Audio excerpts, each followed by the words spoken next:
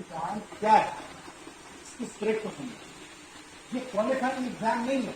जैसे आपने मैट्रिक किया, इंटर किया, बीए किया, मेडिसिन किया, एक सर्टेन नंबर लिया है, वाइवा दे दिया, पास हो गया, तो फर्स्ट डिवीजन आ गया, सेकंड डिवीजन आ गया, थर्ड डिवीजन आ गया, तो एक पेपर में फेल हो गया, उसने भी तो पेपर दे दिया, वो भी पास हो गया।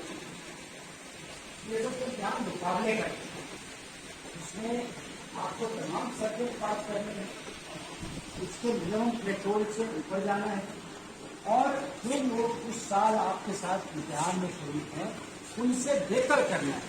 जब आप बेहतर करेंगे तो आप सिलेक्ट होंगे, जब और बेहतर करेंगे तो फिर आपको अपनी मर्जी का डिपार्टमेंट मिलेगा। तो और अगर आप पास हो जाते हैं सारे सब्जेक्ट्स में, इंटरव्यू में भी पास हो जाते हैं, लेकिन आपका ओवरऑल नंबर अगर कम है तो आपको उस साल जॉब नहीं मिलेगी, जॉब एलोकेशन नहीं होगी, फिर आपको ये सारी एक्सरसाइज दोबारा से रिपीट करनी है। अब ये नॉर्मल है, ये कोई बात तकलीफ पे अमल नहीं है, बहुत लोग 3-3 दफा में करते हैं। अभी कई ऐसे लोग होंगे जो 3 दफा लग चुके और स्पेशल एग्जाम में पास हो जाएंगे। वो इट इज लाइक दैट। इसमें कोई डिस्करेज होने की या इनकरेज होने की जरूरत नहीं, it's a matter of fact. जैसे आपने क्लास 7 पढ़ी, 8 पढ़ी, 9 पढ़ी, 10 पढ़ी, जब भी आप फर्स्ट ईयर में गए, सेकेंड ईयर में गए ना, डायरेक्ट क्लास 5 से तो मैट्रिक में नहीं आ रहे, प्रोग्रेसिवली आप इसकी तैयारी करेंगे। जिनके पास एज का मार्जिन है, जिनके पास अभी जिन्होंने पहले तैयारी शुरू की है, वो ज़्यादा बेहतर टाइम मैनेजमेंट कर सकते हैं। जिनके पास कम टाइम है, जिनके पास कम अटेम्प्ट है, वो फास्ट ट्रैक पे तैयारी करें, उसमें आप उनको डिफरेंट वे में बताएंगे क्या करना है। लेकिन मैं आपको यकीन से ये बता सकता हूँ कि आप सब में ये पोटेंशियल है, आप सब कोशिश करेंगे, आप सब इस एग्जाम में सीरियस रियल ट्राई करेंगे और अल्लाह ताला की मेहरबानी होगी, आपकी मेहनत होगी तो आप क्वालिफाई होने की पूरी उम्मीद है। बिल्कुल ना उम्मीद नहीं होना। कोई आपको ये कह रहा है यार तुम्हारे फला नंबर कम है या तुम्हारी इससे डिस्करेज नहीं हो। हम आपका इंडिविजुअली जहाँ जरूरत होगी आपके साथ बैठेंगे, आपको गाइड करेंगे, काउंसिल करेंगे, लेकिन ये आप कर सकते। और बात इतनी है, चीनी के कप में आप जितनी चीनी डालेंगे उतनी चीनी लीजिए, जितनी मेहनत करेंगे उतना खर्च है। बड़ी सिंपल बात।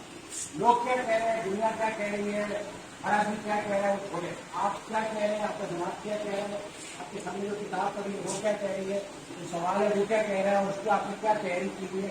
क्योंकि आप मिसाल के तौर पर आप सब्जेक्ट ले लें, इस्लामिक हिस्ट्री ले या आप ले लें इंटरनेशनल रिलेशन। अब आपने इंटरनेशनल रिलेशन पर 15 किताबें पढ़ी हैं, आधे घंटे में आपको एक सवाल करना है, पता चला आपने एक सवाल के ऊपर ही पूरे 25 पेज लिखी, बाकी सवाल कौन करेगा? आपकी मार्किंग तो उसे एक सवाल के हिसाब से नंबर दे देते, वो पूरे नहीं दे देगा तो ऐसे हो। आप वहाँ पीएचडी का प्रेशर कितना नहीं ला रहे, आप एक मुकाबले के इम्तिहान में रिस्ट्रिक्टेड टाइम में, लिमिटेड टाइम में अपना मुद्दा बयान करने जा रहे, अपनी बात करने जा रहे, कन्विंसिंग वे में, सादा अंग्रेजी में, आर्ग्यूमेंट से। अगर किसी की बहुत अच्छी नहीं है, किसी को ज्यादा कंट्रोल है तो वो ज्यादा अच्छी तरह नहीं कोई पता नहीं कर सकता। और देखिए सवाल आप बताइए।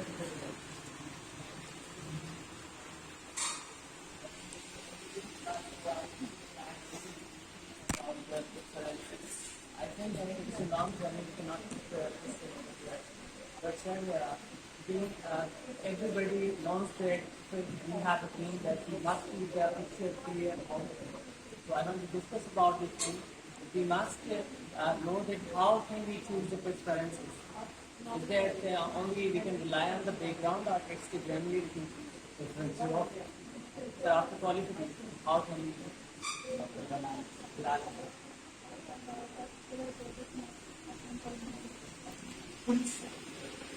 आपके कोलीग है बिलाल नूर साहब, इनका अच्छा सवाल है, थोड़ा अर्ली है लेकिन चलो वैसे जवाब दे। इनका सवाल ये है कि भाई अगर क्वालिफाई कर जाए उसके बाद हम अपने किस डिपार्टमेंट में जाना है, किस ऑर्गेनाइजेशन में जाना है, क्या काम करना है, तो हम कैसे सिलेक्ट करेंगे?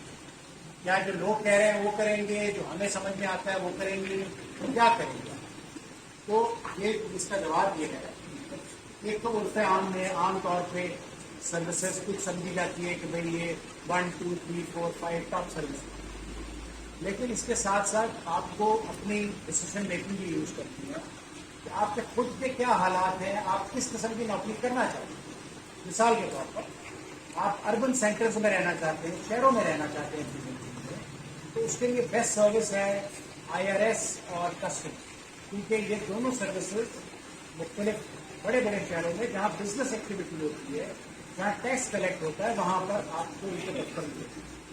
IRS का दफ्तर आपको शायद थरपारकर में नहीं मिलेगा, लेकिन थरपारकर में पुलिस की जॉब है, असिस्टेंट कमिश्नर की जॉब है। इसी तरह अगर आपको दुनिया घूमने का शौक हो तो आप फॉरेन सर्विस के लिए अप्लाई कर सकते हैं।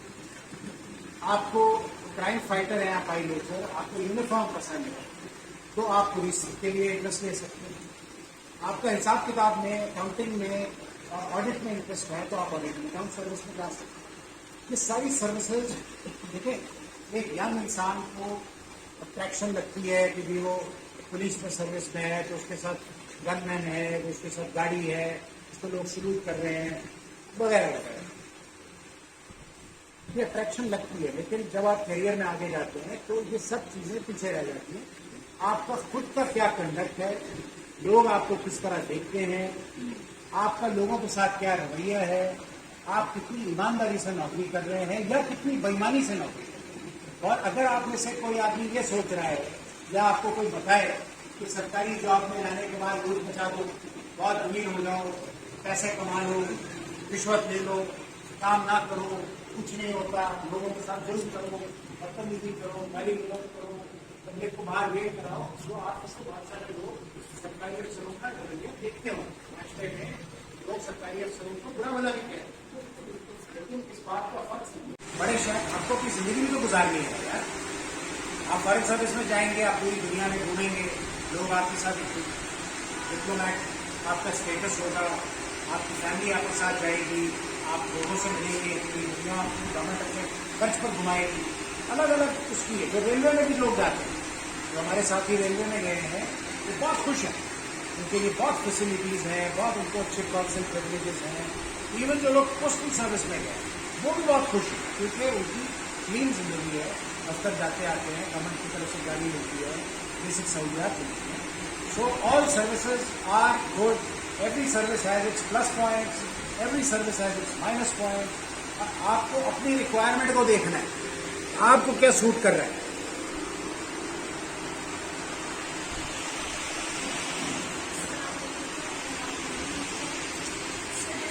बताया कि हम IRS में, कस्टम में, फॉरेन में जा सकते हैं आगे बढ़ के, जैसे हम सेल्स ऑफिसर बनेंगे। तो सर जो अभी हम ऑप्शन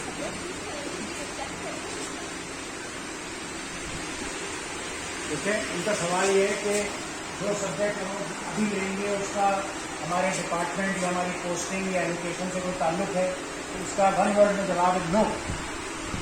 आपकी क्या एकेडमिक क्वालिफिकेशन है, आप डॉक्टर हैं, आपने CSF के कामयाब किया है, यूनिवर्सिटी ली है, क्या आपने केमिस्ट्री ली है, हो सकता है आप रेलवे बने, हो सकता है आप पुलिस अफसर बन गए, हो सकता है आपने BA बायोलॉजी में किया हो।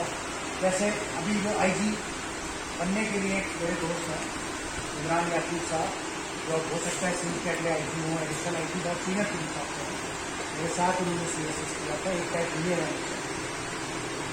तो सिंपल BA है लेकिन बड़े मशहूर पुलिस अफसर और सीनियर पुलिस अफसर, तो इससे कोई फर्क नहीं पड़ता।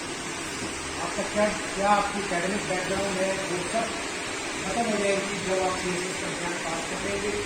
उससे आपकी एजुकेशन, आपके नंबर, इस एग्जाम में क्या नंबर थे वो लागू करेंगे और वो मुश्किल आपकी उसके हिसाब से आपकी चॉइस की कॉम्बिनेशन। और कोई सवाल?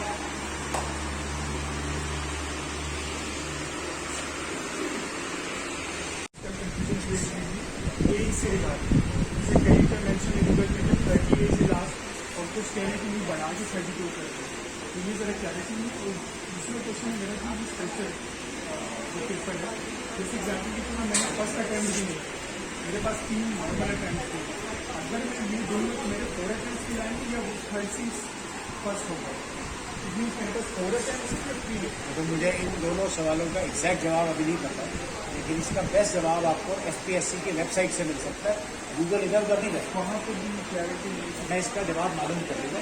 मैं इनसे पूछता हूँ, शायद मिस नताशा को पता हो।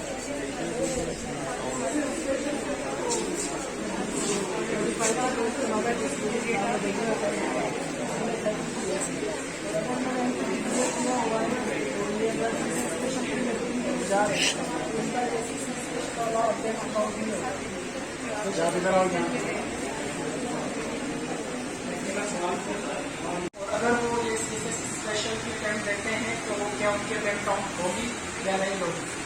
और दूसरा उनका सवाल है एज के हवाले से, तो ये जो एज रिलैक्सेशन दिया हुआ है 35 ईयर्स का, ये सिर्फ और सिर्फ CSS स्पेशल के लिए, उसके अलावा 30 ईयर्स तक की एज है। तो उसके अलावा अगर ये CSS स्पेशल का इन्होंने MPT जो क्लियर किया हुआ है, उसके बाद अगर ये देते हैं रिटर्न का एग्जाम, तो इनका वो CSS स्पेशल वाला अटेम्प्ट काउंट नहीं होगा। इसके अलावा भी इनके पास 3 अटेम्प्ट होंगी देंगे।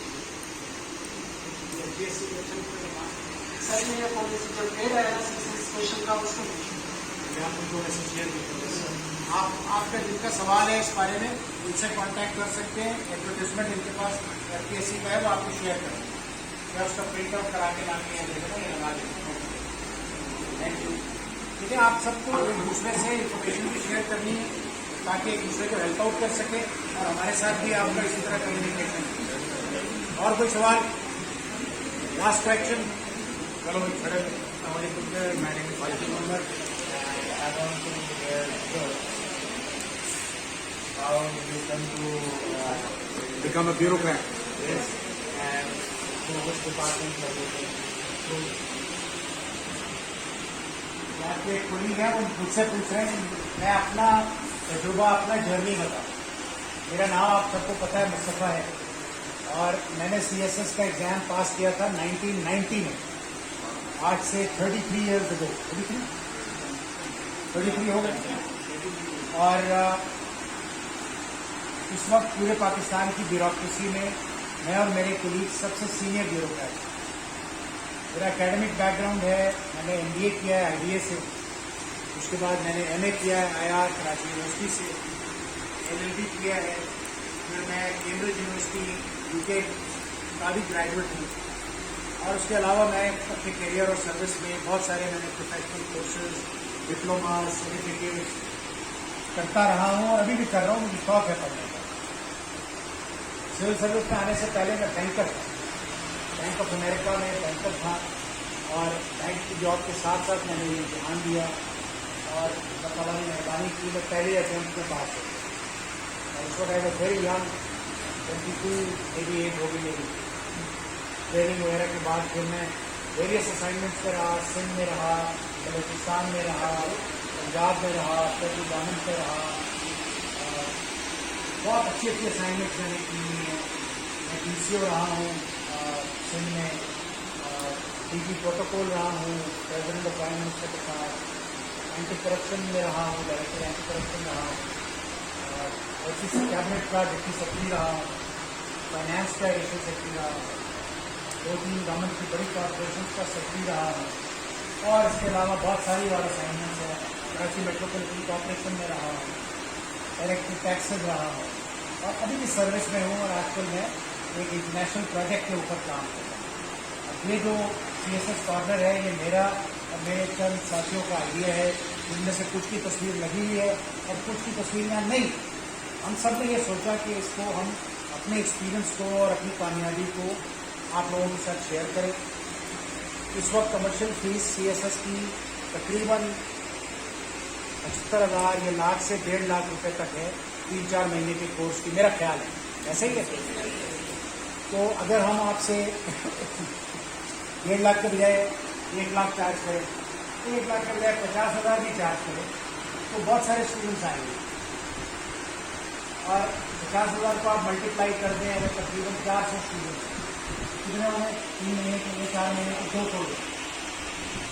हम एक रुपया किसी से नहीं लेते, उल्टा हम किताबें भी देते हैं जिनको ज़रूरत है, और हम स्टाइपेंड भी शुरू करने का सोच रहे हैं कि जो आप जैसे अच्छे स्टूडेंट्स हैं, तो जिनको ज़रूरत है, उसकी साथ ज़्यादा है हमारे लिए, और उनको प्रोवाइड भी हो रही है।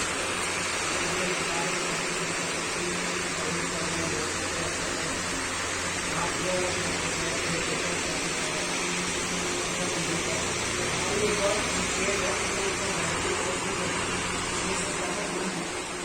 है वहाँ पर भी ये कराएंगे।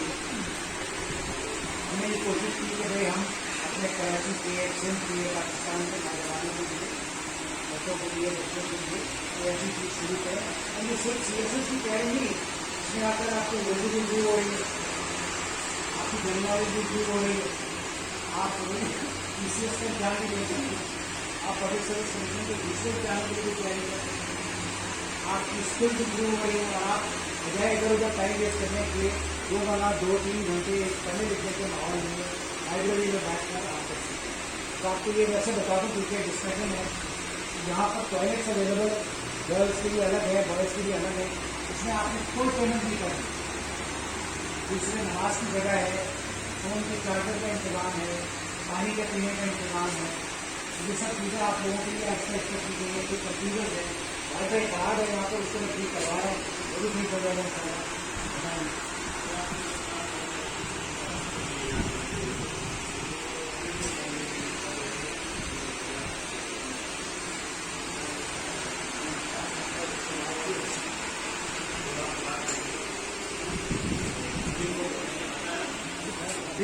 आप किसी और सब्जेक्ट में अगर देखें ना तो यू हैव 4 डिफरेंट पॉसिबिलिटीज। ये 4 क्वेश्चन कंटेंट है, एक क्वेश्चन थोड़ा आपका ऊपर नीचे भी हुआ, बाकी 3 है फिर आपके MCQ में जो आपको बचा देते हैं, पास हो सकते हैं।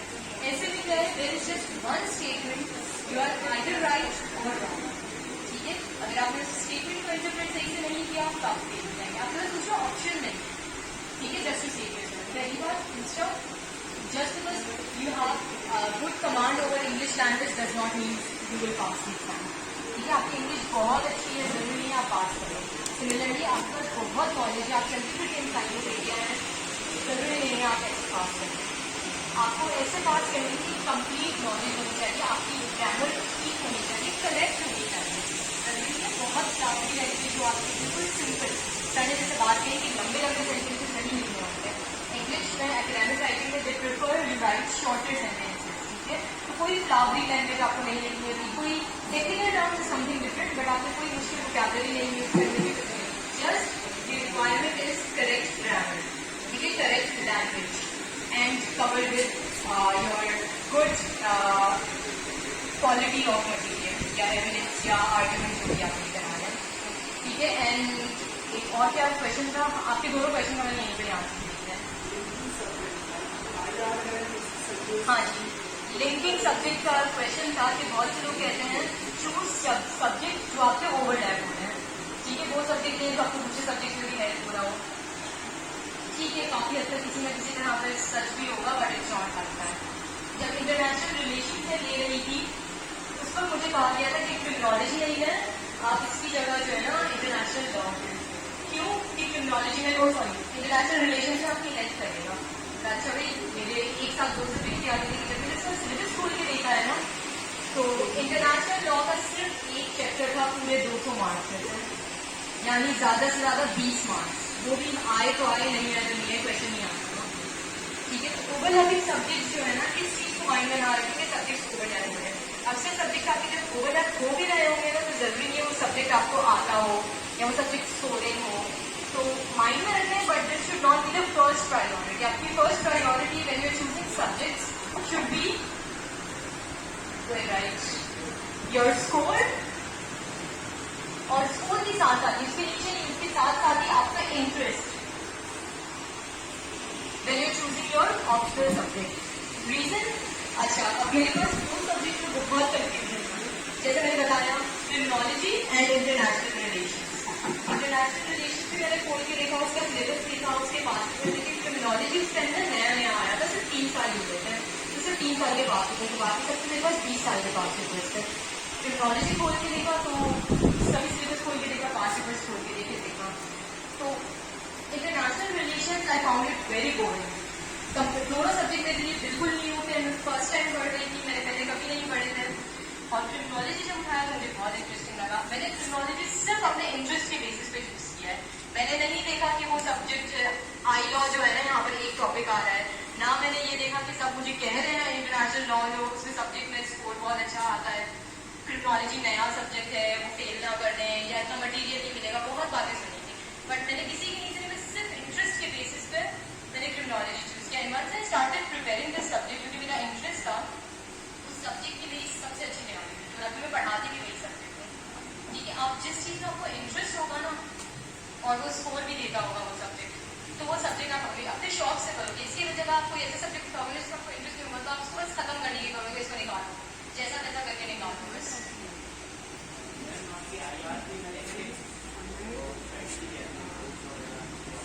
अच्छा, आयर की बुक्स आपके पास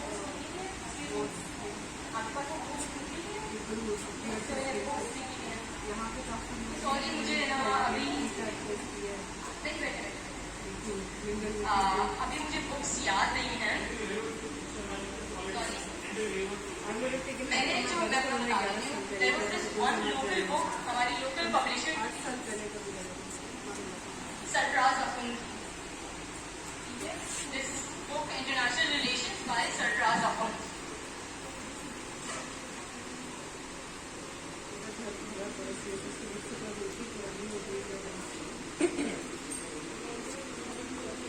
एक ये बुक थी जिसको मैंने रेफर किया था, रीजन ये था कि इसमें थ्योरीज वगैरह बहुत सिंपल लिखी हुई थी फॉर समवन जिसको इजीली समझ में आ जाए। ये बहुत सिंपल लैंग्वेज में लिखी हुई थी।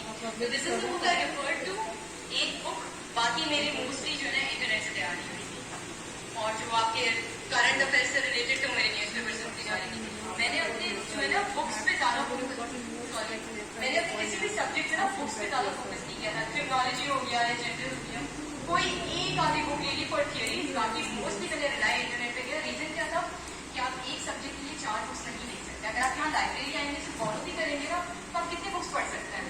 एक ही बुक खोल के उसके इंडेक्स से टॉपिक निकालना, फिर टॉपिक पे सर्च करना आपके काम की चीज है या नहीं है, very lengthy, very time consuming. Comparatively आप गूगल पे जाएं, आपका जो भी टॉपिक है, फॉर एग्जाम्पल अगर इंटरनेशनल रिलेशंस में है, आपका मर्केंटाइल से रिलेटेड है, आपने एग्जैक्ट वही वर्ड ऐड किए, उससे रिलेटेड आपको पूरा एक डेटाबेस मिल जाएगा। This is why I preferred internet over books for my preparation. मेरा आयर का स्कोर बहुत गंदा आया था और उसका रीजन ये नहीं था कि मैंने बुक्स नहीं पढ़ी, इसका रीजन ये था कि आयर सब्जेक्ट ही ऐसा उस टाइम में था। हमारे टाइम पे US history, IR, even gender studies, ये सारे वहाँ से ट्रेंड चेंज होना शुरू हुआ है। अब ट्रेंड बहुत चेंज हो गया है ना, करंट अफेयर से रिलेटेड मोस्टली क्वेश्चन आते हैं, जो कभी क्वेश्चन नहीं आए वो आने लगते हैं, क्वेश्चन रिपीट नहीं होता आपके क्वेश्चन। तो ये 2020 से स्टार्ट हुआ है ट्रेंड चेंज होना। हमारा आईआर का पार्ट 2 जो है ना, सॉरी, वो मोस्टली करंट अफेयर से रिलेटेड आया था। मेरे हाईएस्ट मार्क्स जो है वो प्रेसिडेंट कॉम्पोजिशन में है, आई थिंक 89, 88 और 89। सिंध में मेरे नहीं, मेरे ओवरऑल आया सेकंड हाईएस्ट है सिंध में मेरे प्रेसिडेंट कॉम्पोजिशन। बाकी ऐसे में भी मेरे सिंध में आई थिंक सेकंड हाईएस्ट हुआ है। अब ट्रेंड बहुत चेंज हो गया है ना, करंट अफेयर से रिलेटेड मोस्टली क्वेश्चन आते हैं, जो कभी क्वेश्चन नहीं आए वो आने लगते हैं, क्वेश्चन रिपीट नहीं होता आपके क्वेश्चन। तो ये 2020 से स्टार्ट हुआ है ट्रेंड चेंज होना। हमारा आईआर का पार्ट 2 जो है ना, सॉरी, वो मोस्टली करंट अफेयर से रिलेटेड आया था। मेरे हाईएस्ट मार्क्स जो है वो प्रेसिडेंट कॉम्पोजिशन में है, आई थिंक 89, 88 और 89। सिंध में मेरे नहीं, मेरे ओवरऑल आया सेकंड हाईएस्ट है सिंध में मेरे प्रेसिडेंट कॉम्पोजिशन। बाकी ऐसे में भी मेरे सिंध में आई थिंक सेकंड हाईएस्ट है। हाँ, ऐसे और इसमें आए थे। ऑप्शनल में मेरे किसमें हाईएस्ट आए थे, जेंडर या क्रिमिनोलॉजी, दोनों से एक में मेरे हाईएस्ट आए थे। I don't remember. जैसे कि हमें बताएं कि हम अपने खुद का इसको जो है एनहेंस कर सकते हैं, कैसे रिसर्च करने के लिए, कैसे करने के लिए, रिसर्च करने के लिए हम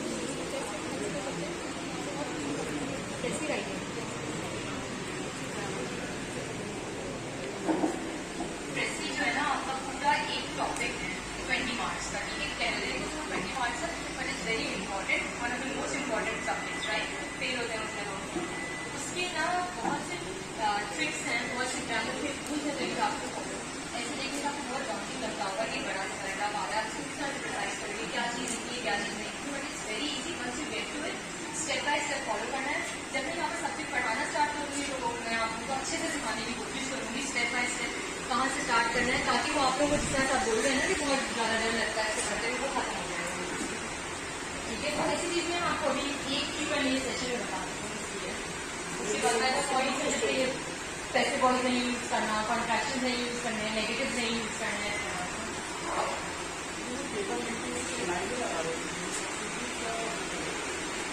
पहली बात पेपर लिखते हुए लाइनें मत लगाना दोनों तरफ, एग्जामिनर को बताया पेजेस भरना है, ठीक है। मार्जिन जरूर लगा लें, कभी स्टेबल करने में पैसा ना आपका लिखा हुआ बाकी आप पे डिपेंड करता है, जरूरी नहीं है।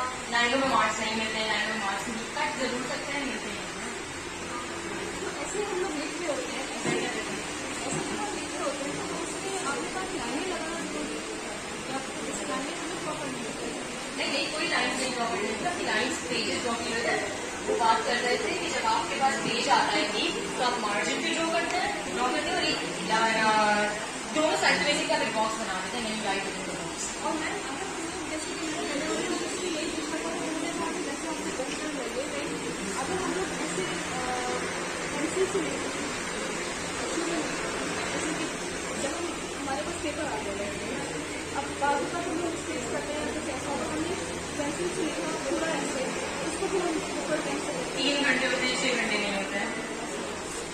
आप to manage it in time, ठीक है। अच्छा, इसमें इनका क्वेश्चन था क्योंकि आपकी मिस्टेक्स होती हैं, लिख रहे होते हैं तब आपको पॉइंट याद आ रहे होते हैं और कुछ which is very valid question, क्योंकि मेरे साथ होता था। आप लिख रहे होते हैं, ज़्यादातर ये पॉइंट लिख सकते हो, ठीक है।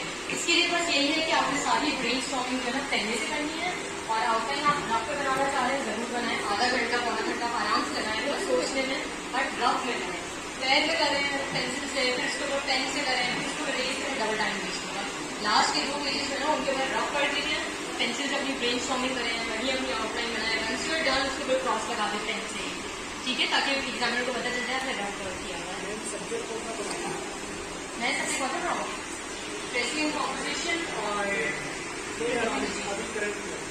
करंट में मैं अभी इस वीक को मुश्किल कोई क्लासेस हूँ,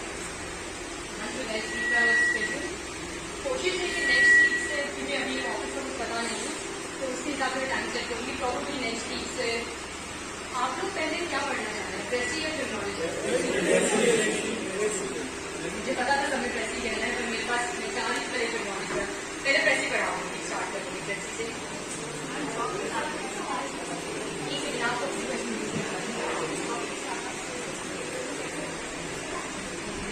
क्वेश्चन है कि आप जॉब के साथ प्रिपरेशन कैसे मैनेज कर सकते हैं। I am not the right person to ask this question, because जब मैं प्रिपेयर कर रही थी फॉर अराउंड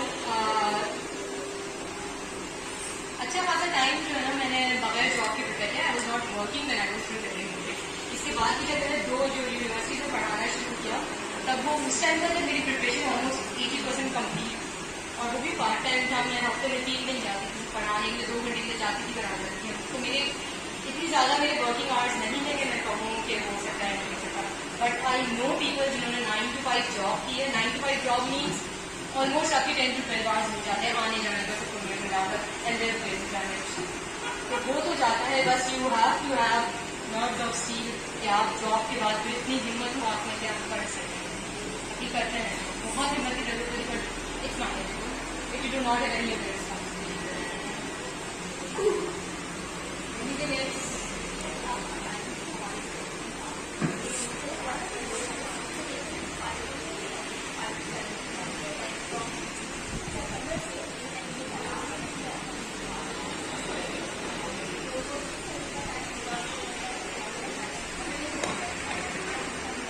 टाइमिंग्स का यहाँ का आप पूछ रहे हैं, यहाँ के टाइमिंग्स का ये कि यहाँ पे जितने भी आते हैं ना, उन सबकी परमानेंट जॉब है, जॉब है। This is something we are doing on the side, ठीक है। जैसे मेरी जॉब है, क्लासेस सर कहा आज उनकी जॉब, सरदार सर आर्मी से खाए थे उनकी जॉब है, सबकी वही अपनी जॉब है।